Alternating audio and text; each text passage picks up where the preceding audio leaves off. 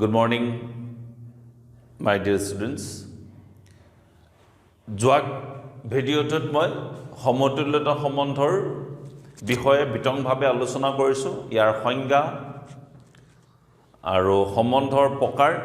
সমতুল্যতা সম্বন্ধ কি ধৰণে হয়, সমতুল্যতা সম্বন্ধ বুজাবৰ কাৰণে সম্বন্ধটো কি হ'ব লাগিব, প্ৰতিফলনীয়, প্ৰতিসম আৰু সংক্ৰামক এই বিষয়ে আলোচনা কৰিছোঁ আৰু 2-3টা প্ৰব্লেমো সলভ কৰি দিছোঁ। সো আজি মই কেইটামান ইম্পৰ্টেণ্ট কুৱেশ্যন সলভ কৰিম। সো আহাচোন মই প্ৰথম প্ৰব্লেমটো লৈছোঁ। প্ৰব্লেমটো হৈছে জেড মানে অখণ্ড সংখ্যা। এইটো মই লেখা নাই আৰু জেডত আৰ সম্পৰ্কটো এনেকুৱা x, y such that x minus y এটা অখণ্ড সংখ্যা। প্ৰমাণ কৰিব লাগে যে আৰে সমতুল্যতা সম্বন্ধ বুজায়। এইটো অংকৰ কাৰণে তোমাক 3 or 4 মাৰ্কছ এটা দিব। তো সলিউশন কেনেকৈ কৰিম? আৰৰ মানটো আমাক দিয়া আছে, গতিকে মই জানো x minus x is equal to 0, আকৌ 0 belongs to z, হয়নে? x minus y এটা যদি অখণ্ড সংখ্যা হয় তেতিয়াহ'লে x, y টো কি হয়? r হয়। তেতিয়াহ'লে x, x belongs to কি? r হৈ গ'ল। Similarly r কি? প্ৰতিফলনীয়, প্ৰতিফলনীয়। এইখিনি কৰি দিবা তুমি, এক এটা পাবা। অলসো আকৌ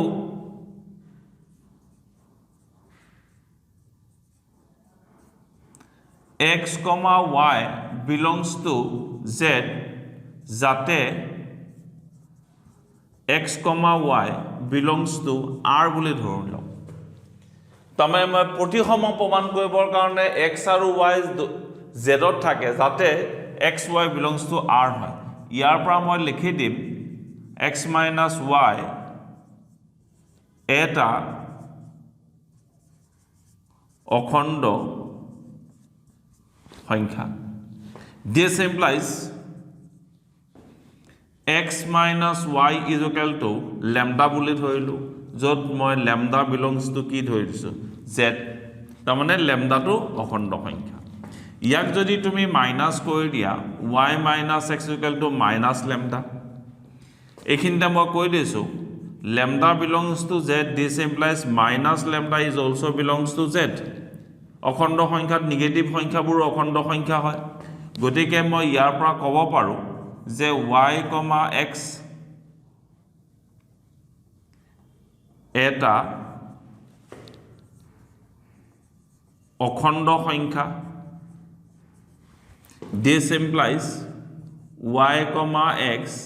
belongs to r। এটা মই কি পালোঁ? x, y belongs to r, this implies y, x belongs to r। x, y rত থাকে, সেইদৰে y, x rত থাকে, গতিকে r কি? প্ৰতিসম। এটা পাৰ্ট হ'ল। আকৌ থাৰ্ড পাৰ্টটোৰ কাৰণে, সংক্ৰামকৰ কাৰণে ধৰোঁ x, y, z belongs to r যাতে x, y belongs to r, y, z belongs to r ধৰি ল'লোঁ। ইয়াৰ পৰা মই লিখি দিম x minus y আৰু y minus z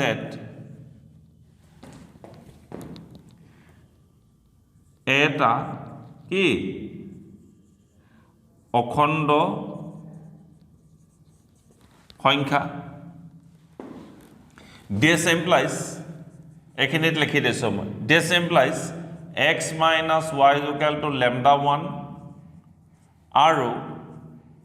y minus z is equal to lambda 2। lambda 1, lambda 2 belongs to মই z বুলি ধৰিছোঁ। তাৰমানে lambda 1 আৰু lambda 2 অখণ্ড সংখ্যা। দুইটা যোগ কৰি দিয়া x minus y plus y minus z is equal to lambda 1 plus lambda 2। তাৰ মানে lambda 1, lambda 2 belongs to যদি z হয়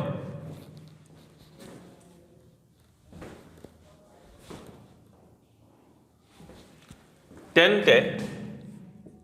lambda 1 plus lambda 2 is also জেডতে থাকিব তাৰ যোগফলটো অখণ্ড সংখ্যা হ'ব this implies মই ইয়াৰ পৰা পালো x minus z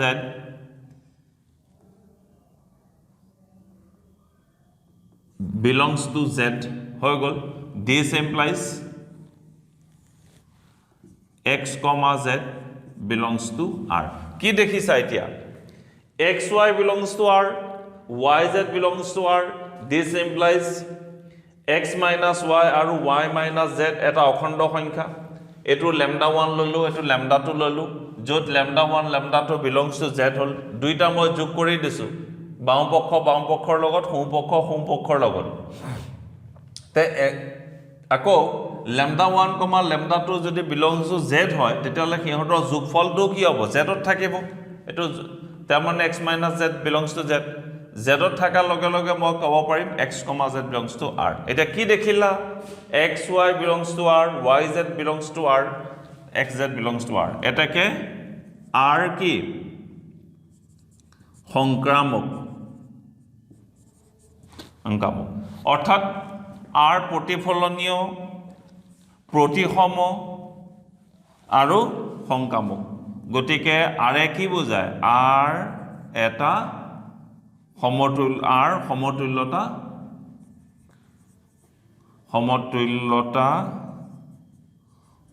সম্বন্ধ বুজায় এইখিনি কৈ দিব পাৰিলে 3 মাৰ্ক এটা চকু মুদি পাবা তোমালোকে বুজি পাইছা খুব ধুনিয়াকৈ মই কৰি দিছো ইজি কৈ ঘৰত ধুনিয়াকৈ চাই লবা প্ৰেক্টিস কৰি লবা হ'ব একেবাৰে সহজ অংক এটো খুব ইম্পৰ্টেন্ট পৰীক্ষা দিও থাকে গতিকে মই আকৌ নেক্সট অংকত যাম এতিয়া এটা মই নেক্সট 5 নম্বৰ অংকটো লৈছো এটো খুব ইম্পৰ্টেন্ট কোৱেশ্চন এটো টেক্সট বুকত থকা কোৱেশ্চন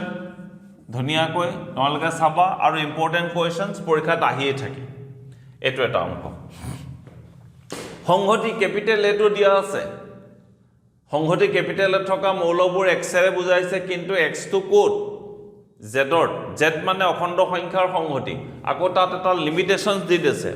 x ৰ মানবোৰ কাৰ মাজত থাকিব 0 আৰু 12 ৰ মাজত থাকিব বুলি কৈছে ওকে তে তেতিয়ালে r ইকুৱেলটো আমাৰ সম্বন্ধটো ডিফাইন কৰিছে এনেকে r ইকুৱেলটো a, b modulus of a - b কাৰ গুণিতক 4 ৰ গুণিতক বুলি কৈছে প্ৰমাণ কৰিব লাগে যে r কি বুজায় সমতুল্যতা সম্বন্ধ বুজায় তাৰ মানে আলটিমেটলি মই আকৌ তিনিটা প্ৰমাণ কৰিম r কি বুজাব লাগিব প্ৰতিফলনীয় হ'ব লাগিব প্ৰতিসম হ'ব লাগিব আৰু কি হ'ব লাগিব সংক্ৰামক হ'ব লাগিব এই তিনটা ইয়াতো তোমালোকৰ কাৰণে মই এটো 3 মাৰ্ক এটা হাতৰ মুঠিত দি দিম বুজি পালানে একেবাৰে হাতত থাকিব 3 মাৰ্ক কেনেকে কৰিবা এটা চোৱা ধৰো small a belongs to capital A যাতে এনেকুৱা হ'ব নহয় তো modulus of a minus a modulus 0 মানে 0 আকৌ এই 0 টক মই কেনেকে লিখিব পাৰো 4 তাৰ মানে যেটো ৰিজাল্ট পাইছো সেই ৰিজাল্টটো কাৰ গুণিতক 4 গুণিতক 4 লগত তে ইয়াৰ পৰা মই কি লিখি দিম a,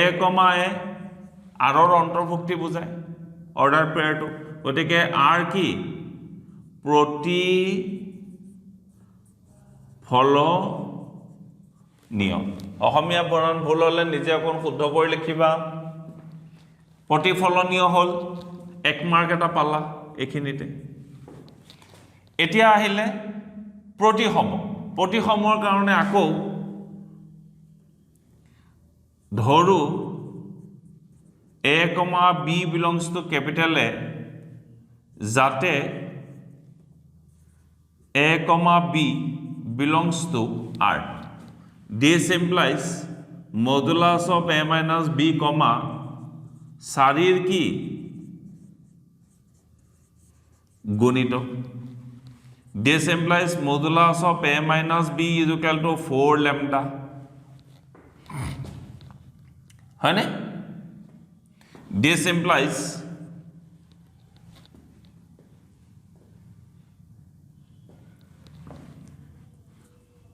lambda belongs to z minus b minus a is equal to also 4 lambda কাৰণ মাইনাস তো কমন লৈছো this implies b minus a is equal to 4 lambda একে আহি আছে আমাৰ দেখিছা প্ৰত্যেকটো ক্ষেত্ৰতে তাৰ মানে এটো ল্যাঙ্গুৱেজত নিলিখিলেও হৈ যায় নো প্ৰবলেম এটো একে বস্তু this implies b, a belongs to r যদি ইচ্ছা কৰা 4 গুণিতক কৰি এনেকেও লিখিব পাৰা বা এনেকে লিখি দিলে একো কথা নাই কাৰণ lambda belongs to মই z বুলি ধৰি লৈছো 4 গুণিতক তুমি এনেকে লিখি থাকিবও পাৰিবা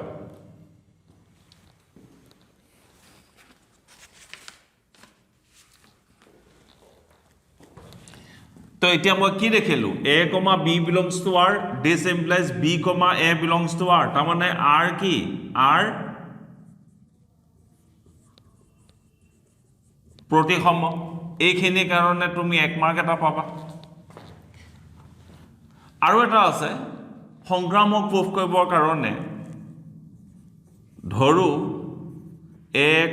b, c কাৰ মৌল ক্যাপিটেল a এর মৌল যাতে a, b belongs to r are b, c belongs to r বুলি ধৰিছো this implies a minus b, 4 or গুণিতক এনেকে লিখি দিও এটা লাইনতে লিখি দিম b আৰু b, c, 4 or গুণিতক this implies modulus of a minus b is equal to 4 lambda 1 modulus of b minus c is equal to 4 lambda 2 যত lambda 1 lambda 2 belongs to কি z this implies modulus of a minus b is equal to plus minus 4 lambda 1 b minus c is equal to plus minus 4 lambda 2 modulus তো উঠাই দিছো এনে plus minus দি দিছো this implies দুইটা আকো বামপক্ষৰ লগত সোঁপক্ষৰ লগত যোগ কৰি দিয়া is equal to plus minus 4 lambda 1 plus minus 4 lambda 2 that is a minus c is equal to plus minus 2 common লৈ লবা 4 lambda 1 plus 4 lambda 2 is equal to ইয়াৰ পৰা এনেকেও লিখিব পাৰা তুমি lambda 1 plus lambda 2 এটা মই অলৰেডি এটা অংকত কৈ দিছো lambda 1, lambda 2 যদি z ৰ হয় তেতিয়ালে হিহঁতৰ যোগফলটো z ত থাকিব গতিকে মই ইয়াৰ পৰা লিখি দিব পাৰো a minus c belongs to কি r তাৰ মানে r কি হৈ গল r সংক্ৰামক এখিনি কইলে এক এটা পালা এটা কি থাকিল r প্ৰতিফলনীয় হল প্ৰতিসম হল সংক্ৰামক হল তাৰ মানে r কি সমতুল্যতা সম্বন্ধ প্ৰুফ একদম ইজি খুব ধুনিয়া এইবিলাক একেবাৰে সহজ অংক মই তোমালোকক হেকানে কৈছো অংক সলভ কৰাৰ আগতে সম্বন্ধৰ সংজ্ঞাটো আৰু এটা সম্বন্ধ প্ৰতিফলনীয় প্ৰতিসম আৰু সংক্ৰামক হোৱাৰ শৰ্ত কেইটা মনত ৰাখিবা প্ৰেক্টিস কৰি মনত ৰাখা তাৰ পিছত চাবা অংকবোৰ সব পানী হৈ যাব তোমালোকৰ কাৰণে ওকে 5 নম্বৰ অংক গল মই আৰু এটা অংক কৰিম এতিয়া সলভ কৰিম তোমালোকে ইচ্ছা কৰিলে স্ক্ৰিনশ্বট মাৰি লৈ লবা যদি ফটাফট অলপ ফাস্ট হৈ যায় কেতিয়াবা লেখোতে হ'ব ওকে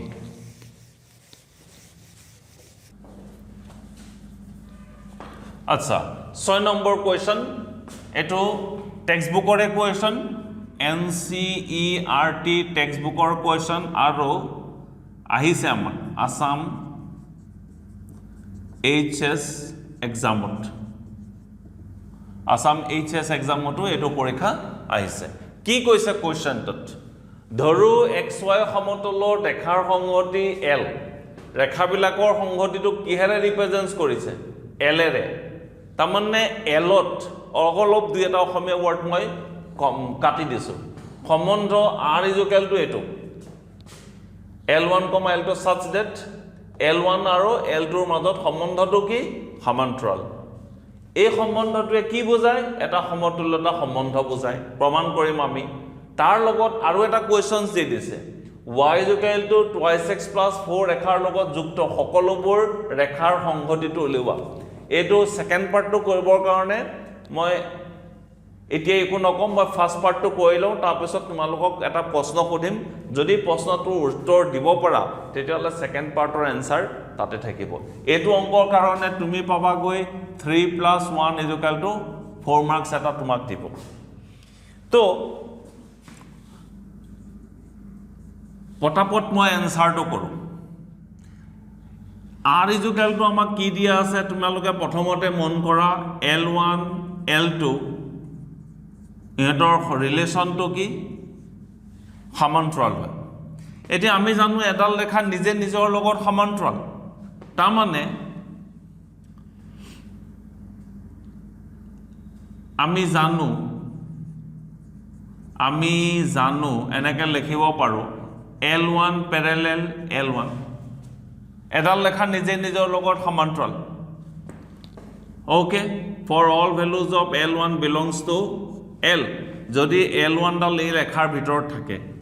তাৰ মানে L1 belongs to কি R হ'ব তাৰ মানে R কি প্ৰতিফলনীয় এইখিনি কৰিলা এক মাৰ্ক এটা পালা তাৰ পিছতে প্ৰতিসমৰ কাৰণে ধৰো L1, L2 belongs to R ধৰি ললো this implies মই ইয়াৰ পৰা L1 parallel L2 পাম তাৰ মানে L1 আৰু L2 ৰেখাডাল L1, L2 ৰ সমান্তৰাল সেইদৰে মই ইয়াক এনেকৈ লিখিব পাৰো আকৌ L2 ৰেখাডাল L1 ৰ লগত সমান্তৰাল হৈ আছে this implies L2, L1 belongs to R কি পালা এতিয়া L1, L2 belongs to R this implies L2, L1 belongs to R হৈ গল তাৰ মানে R কি R প্ৰতিসম হৈ গল এইখিনি কৰি দিয়া তুমি আকৌ এক মাৰ্ক এটা পালা সিমিলাৰলি সংক্ৰামক প্ৰমাণ কৰিবৰ কাৰণে ধৰো L1, L2 belongs to R, L2, L3 belongs to R. This implies L1 parallel L2 and L2 parallel ki L3. This implies L1 parallel L3. L1 L2 লগত সমান্তৰাল L2 L3 লগত সমান্তৰাল তাৰ পৰা L1 L3 লগত সমান্তৰাল হ'ব তাৰ মানে L1 L3 belongs to কি হ'ব R হ'ব তাৰ মানে এটিকে R কি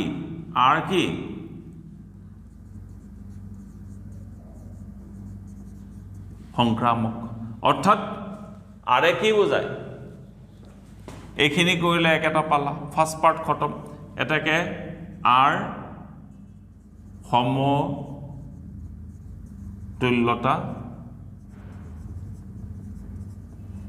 সম্বন্ধ বুজায়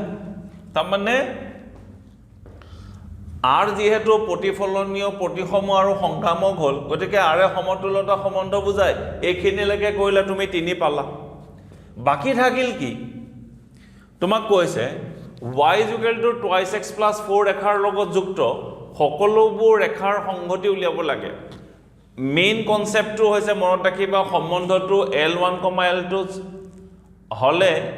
কি হয় L1 আৰু L2 ৰ মাজত সমান্তৰাল হয় এতিয়া ইয়াতে y equal to twice x ৰেখাৰ লগত যুক্ত সকলোবোৰ ৰেখাৰ সংগতি আকৌ সকলোবোৰ ৰেখাৰ সংগতি উলিয়াবৰ কাৰণে তোমালোকে এডাল ৰেখাৰ সমান্তৰাল ৰেখাৰ সমীকৰণ জানিব লাগিব কি হয়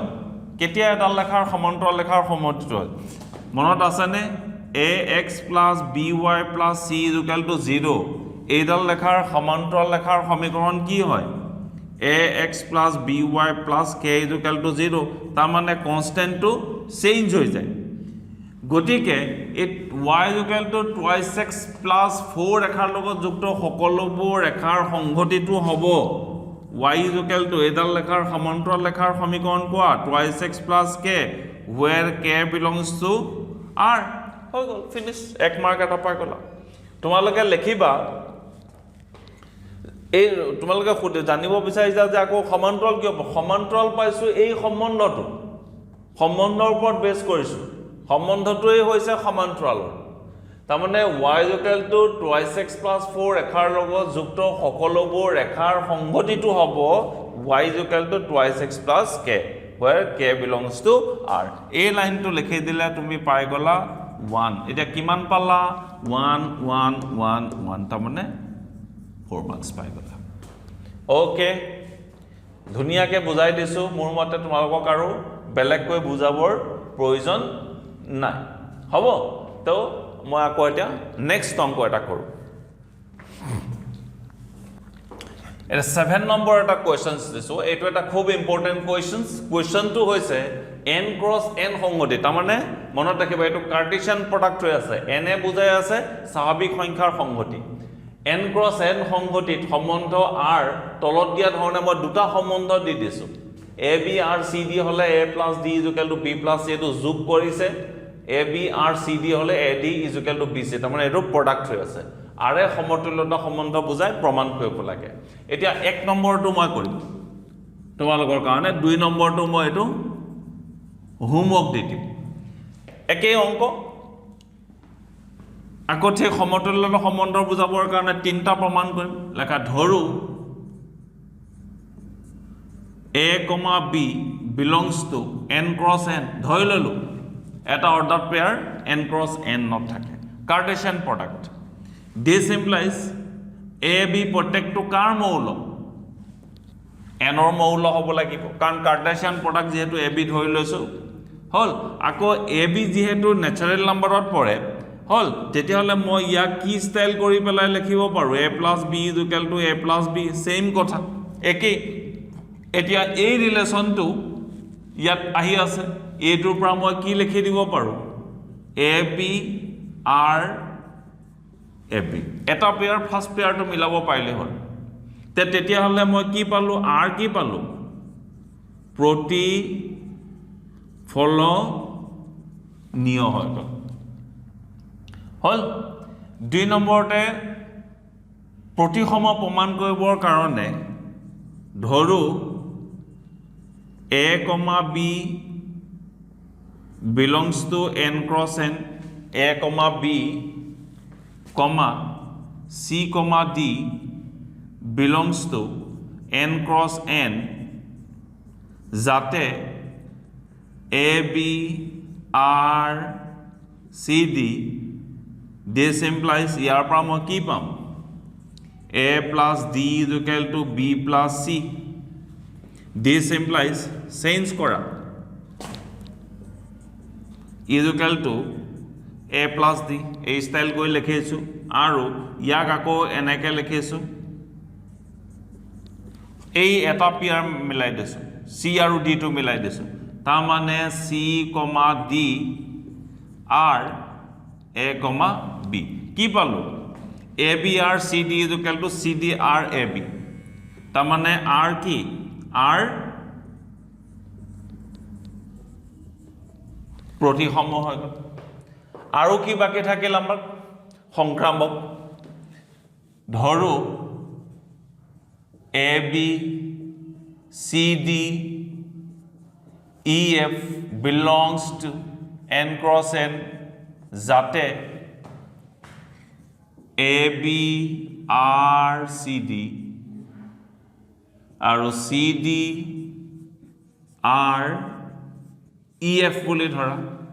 ইয়াৰ পৰা তুমি কি পাবা A plus D equal to B plus C ওপৰৰ ডেফিনেশ্যন এপ্লাই কৰিছো C plus F is equal to D plus E এটা লেফট হ্যান্ড সাইডৰ লগত ৰাইট হ্যান্ড সাইডৰ লগত যোগ কৰা is equal to B plus C plus D plus E কি cancel যায় চাই লোৱা D কেনসেল গুচি যাব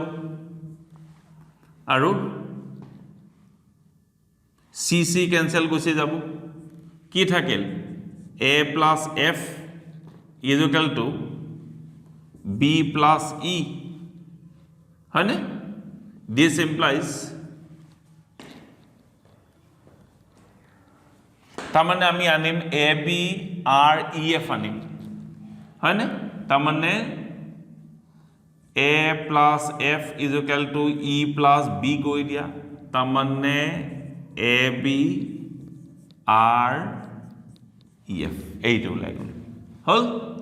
CD নাইকিয়া হৈ যাব therefore R কি পাই গ'ল R সংক্ৰামক কি দেখিলা R প্ৰতিফলনীয় প্ৰতিসম আৰু কি সংক্ৰামক গতিকে R এ কি বুজায় সমতুল্যতা সম্বন্ধ বুজায় সেইদৰে তুমি 2 নম্বৰটো সেম ইয়াতে খালি পূৰণ চিন হৈ আছে প্ৰডাক্ট হৈ আছে ইয়াতে যোগ হৈ আছিল তো বাকিটো 2 নম্বৰটো হোমৱৰ্ক ঘৰত কৰিবা এটো চাই সব একে হ'ব তো নেক্সট অংক এটা লম মই নেক্সট অংকলৈ যাম এতিয়া মই এটা নেক্সট ইম্পৰ্টেন্ট কোৱেশ্চনছ লৈছো কোৱেশ্চনটো হৈছে x is not equal তাৰমানে x মই শৰ্টকাট কৰিছো অলপ অসমীয়াটো মনত ৰাখিবা তোমালোকে এটো টেক্সট বুকৰ অংক NCERT ERT কোৱেশ্চন আৰু ফাইনেল পৰীক্ষাত আহিছে ফাইনেল পৰীক্ষা আসাম ফাইনেল পৰীক্ষাত আহিছে এটো হল কি কৈছে সংহতি ক্যাপিটেল X এটা অৰিক্ত সংহতি কাৰণে মই ফাই দি দিছো আৰু ক্যাপিটেল X ৰ সকলো উপসংহতি কিহেৰে ৰিপ্ৰেজেন্টছ কৰিছে PX এৰে ৰিপ্ৰেজেন্টছ কৰিছে এতিয়া সম্বন্ধ এটা ক্যাপিটেল R কোড PX ত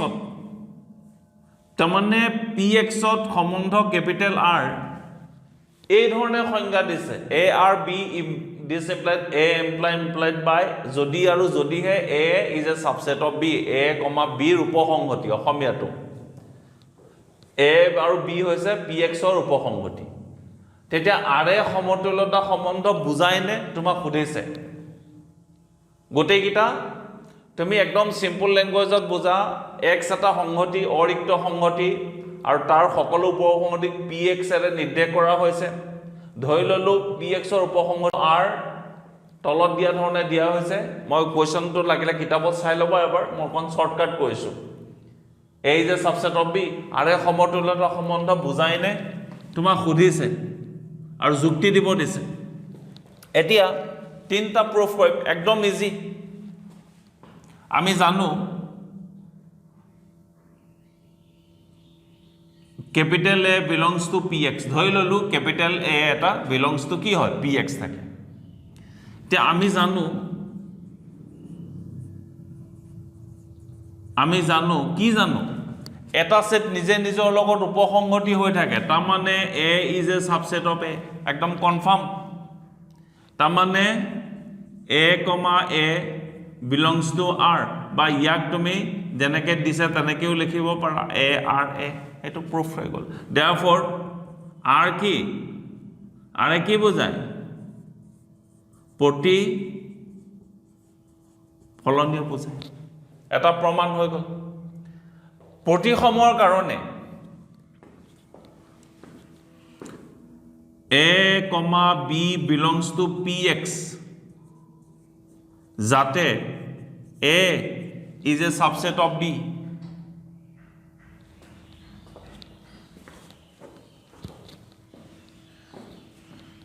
বা ইয়া কেনেকৈ লিখিব পাৰ যাতে A R B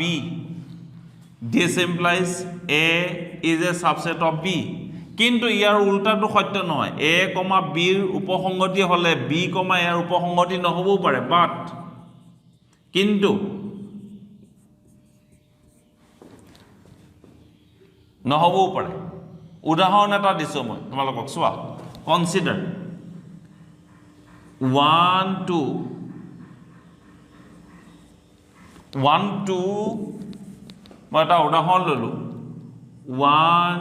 2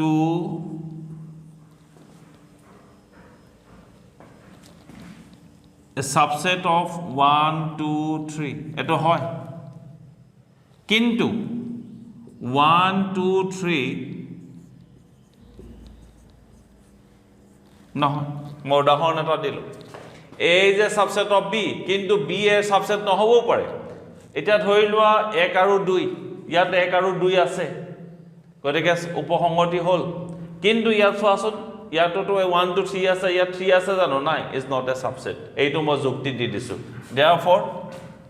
তাৰ মানে কি a r b not তাৰ মানে কি পালো মই এতিয়া a r b this implies a r not b হৈ গল তাৰ মানে r কি নহয় r প্ৰতিসম নহয় এইটো আকৌ মই সংক্ৰামকৰ কাৰণে a b c belongs to px যাতে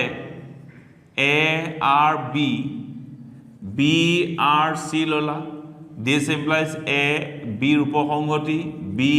c ৰূপসংগতি this implies a c ৰূপসংগতি this implies a r c মিলি গল therefore r কি r সংক্ৰামক কি পালো এতিয়া মই r প্ৰতিফলনীয় হল প্ৰতিসম নহয় সংক্ৰামক হল তাৰ মানে r এর সমতুল্যতা সম্বন্ধ বুজায় নে নহয় r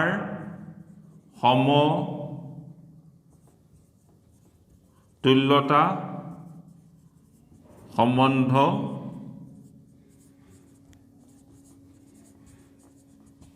নুবুজায় আরে সমতুল্যতা সম্বন্ধ নুবুজায়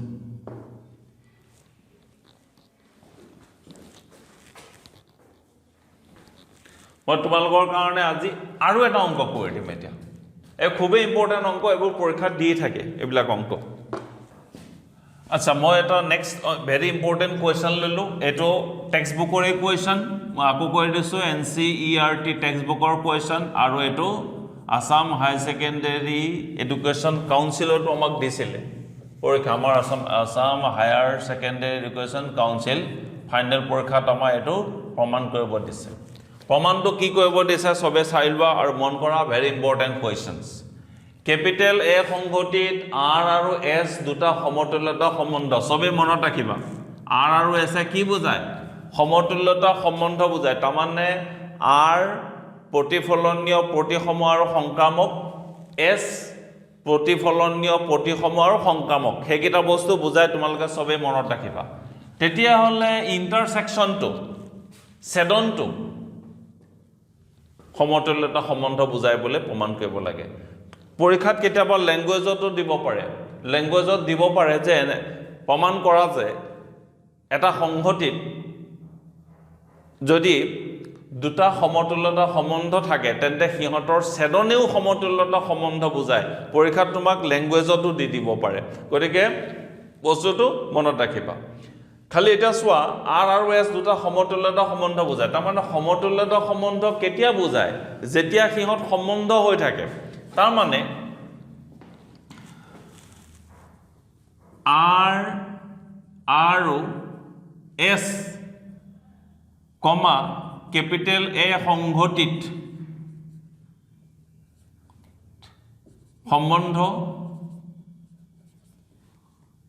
সম্বন্ধ বুজায় This implies R is a subset of A cross A and S is a subset of A cross A hobo হয় না This implies R intersection S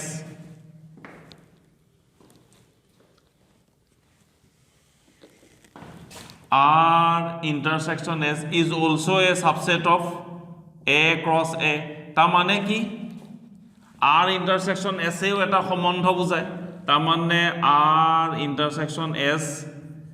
এছে এটা সম্বন্ধ বুজায় এটা প্ৰমাণ কৰিব লাগে যে R ইন্টাৰসেকশন S এ প্ৰমাণ কৰিম দিস ইমপ্লাইজ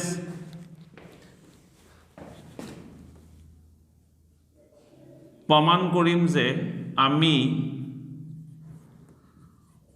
প্ৰমাণ কৰিম যে R ইন্টাৰসেকশন S এ এটা সমতুল্যতা সম্বন্ধ বুজায়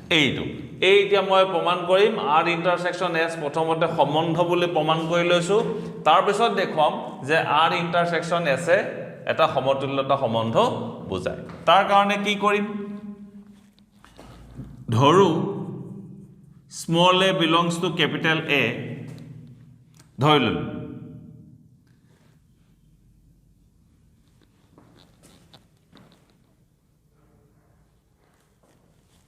this implies A, A belongs to R আৰু A, A belongs to S কেলে আৰু প্ৰতিফলনীয় S প্ৰতিফলনীয় ইয়াৰ পৰা মই কি পাম A, A belongs to R intersection S হয় না তাৰ মানে এটা কি দেখিলো মই A, A belongs to R intersection S অৰ্থাৎ R intersection S এটা কি প্ৰতি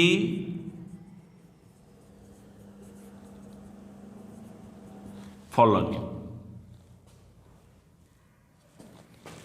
বা R intersection S প্ৰতিফলনীয় এনেকে কলেও হ'ব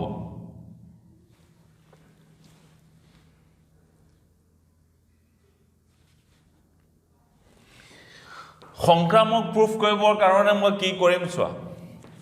ধৰু A, B belongs to capital A যাতে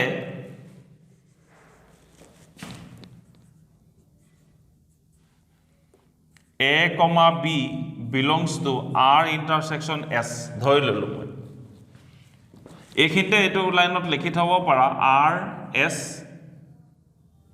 আৰু S প্ৰতিফলনীয় R S প্ৰতিফলনীয় কাৰণে এই কন্ডিশনটো স্যাটিসফাই কৰিছে this implies A, B belongs to R আৰু A, B belongs to S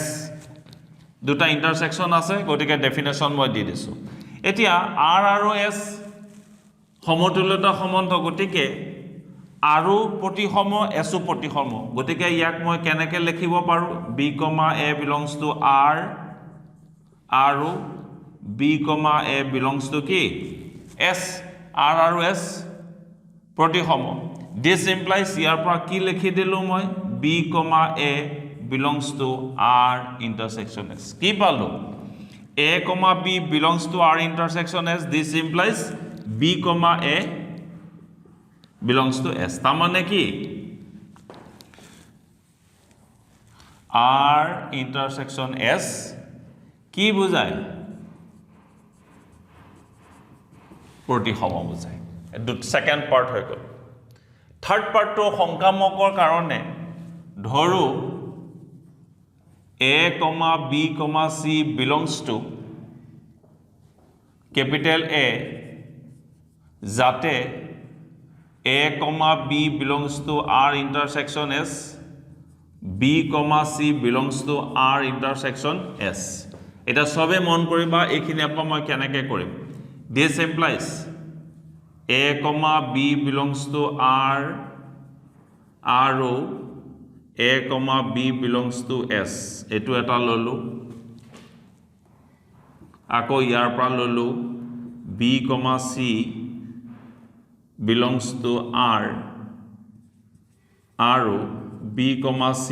belongs to S এতিয়া R কিটা এক লগত কৈ দিয়া S কিটা এক লগত কৈ দিয়া this implies A, B belongs to R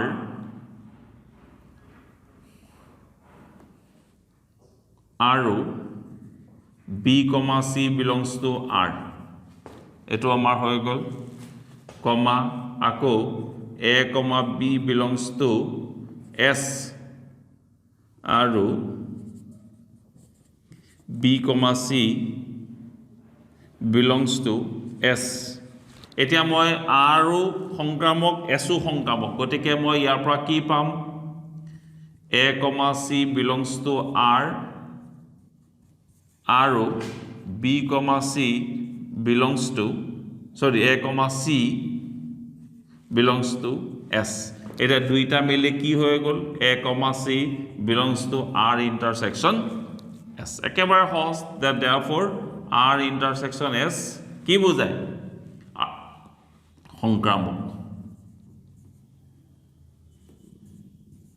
সংক্ৰামক হৈ গল তাৰ মানে R intersection S কি বুজায় সমতুল্যতা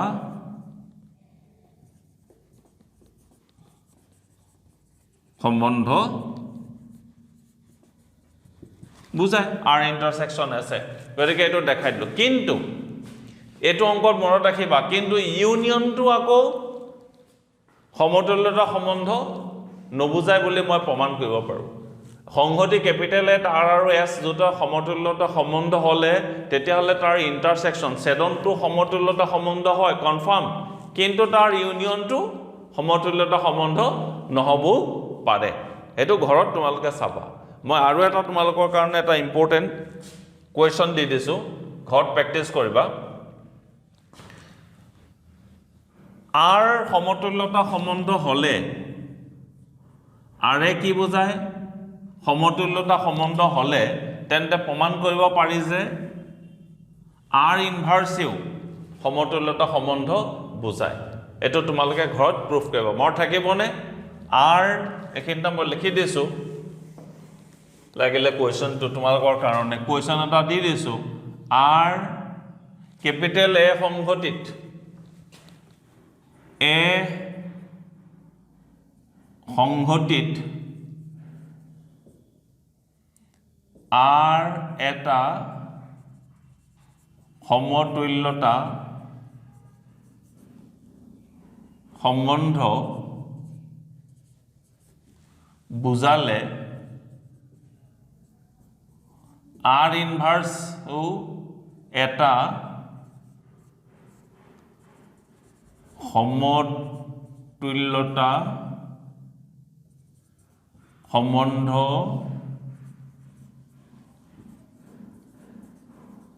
বুজায় এটো প্ৰুফ কৰিবলৈ দিব পাৰে পৰীক্ষাত তোমালোকক এটো মই হোমৱৰ্ক হিচাপে দিছো ঘৰত ধুনিয়াকৈ চাবা ক্যাপিটেল এ সংহতি তাৰে যদি সমতুল্যতা সম্বন্ধ বুজায় তেতিয়া হলে সম্বন্ধৰ বিপৰীতটোও কি বুজায় সমতুল্যতা সম্বন্ধ বুজায় গতিকে